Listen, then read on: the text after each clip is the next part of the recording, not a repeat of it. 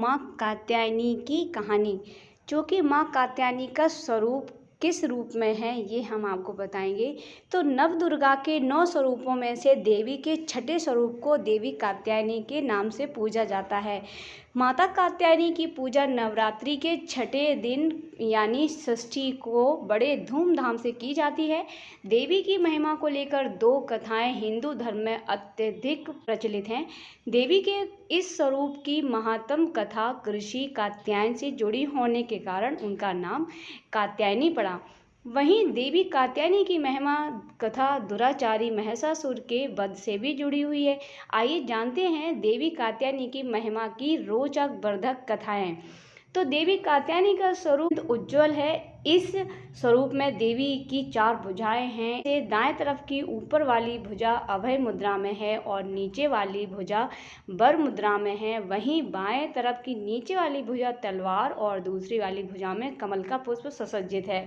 देवी कात्यायनी का वाहन सिंह है। देवी कात्यायनी की कथा का उल्लेख देवी भागवत, महात्म और मार्कंडेय पुराण में मिलता है।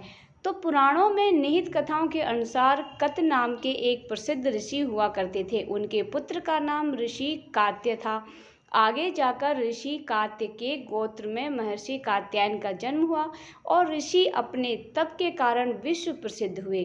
ऋषि कात्यायन की इच्छा थी कि देवी भगवती उनके घर पुत्री के रूप में जन्म लें, इसीलिए उन्होंने कई वर्षों तक देवी भगवती की कठोर तपस्या भी की। मान्यता है कि ऋषि कात्यायन की ऐसी एकनिष्ठ तपस्या से प्रसन्न होकर देवी भगवती ने तब उनकी इच्छा को मान रखते हुए उनके घर जन्म लिया।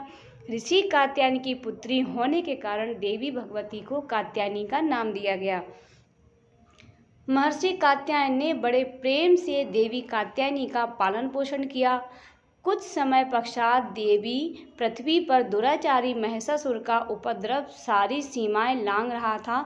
महिषासुर की ये वरदान मिला था कि कोई भी पुरुष उसे भी पराजित नहीं कर सकता, उसका अंत कभी नहीं कर पाएगा।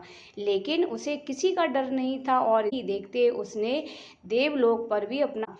जब भगवान विष्णु, प्रजापति ब्रह्मा और देवादिदेव महादेव ने उनका विनाश करने के लिए अपने अपने तेज से मिलित एक देवी को उत्पन्न किया। मान्यता है कि महर्षि कात्यायन ने ही इस देवी की सर्वप्रथम विधिवत पूजा की थी, इसीलिए देवी को कात्यायनी के नाम से जाना जाता है। वहीं देवी कात्यायनी से जुड़ी एक और अन्य पौराणिक कथा के अनुसार देवी की उत्पत्ति महर्षि कात्यायन के यहाँ अश्विन महीने के कृष्ण चतुर्थी को हुई थी। इसके बाद महर्षि ने सप्तमी, अष्टमी और नवमी तक देवी की अपने आश्रम में विधिवत पूजा अर्चना की और दशमी को देवी के इस स्वरूप से महिषासुर का वध किया था। वहीं यही कारण है कि देवी के इस स्वरूप को देवी कात्यायनी के नाम से जाना गया। महिषासुर का अंत करने के कारण देवी को जाना जाता है। इसके अलावा देवी कात्यायनी से जुड़ी एक और मान्यता ये भी है कि देवी दुर्गा का यह स्वरूप अमोघ फलदायिनी है। ब्रज की गोपियों ने करुणावतार श्री कृष्ण को अपने पति के रूप में पाने के लिए कालिंदी यमुना के किनारे देवी कात्यायनी की आराधना की थी। इसी कारण वर्तमान में भी देवी कात्यायनी समस्त ब्रजमंडल की अष्टधात्री देवी के रूप में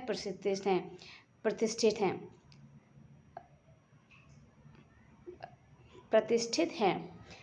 स्कंद पुराण में देवी कात्यायनी के बारे में उल्लेख भी मिलता है कि उनकी उत्पत्ति परमेश्वर के सांसारिक क्रोध से हुई। नवरात्रि के छठे दिन देवी दुर्गा के इस स्वरूप की पूजा का काफ़ी महत्व है। ऐसी मान्यता है कि देवी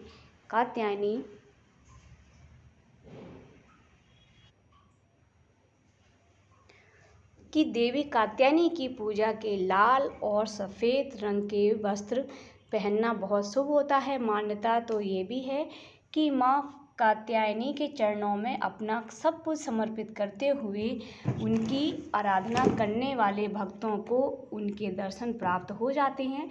देवी के इस स्वरूप के पूजन से भक्तों में एक अद्भुत शक्ति का संचार होता है।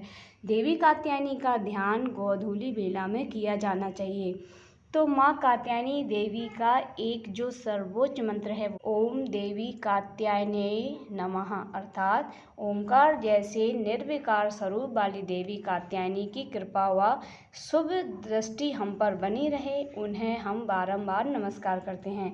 ऐसी मान्यता है कि देवी कात्यायनी को शहद अत्यंत प्रिय है, इसीलिए नवरात्रि के छठे दिन देवी कात्यायनी की पूजा में शहद या शहद से बनी चीज़ों का भोग लगाना चाहिए।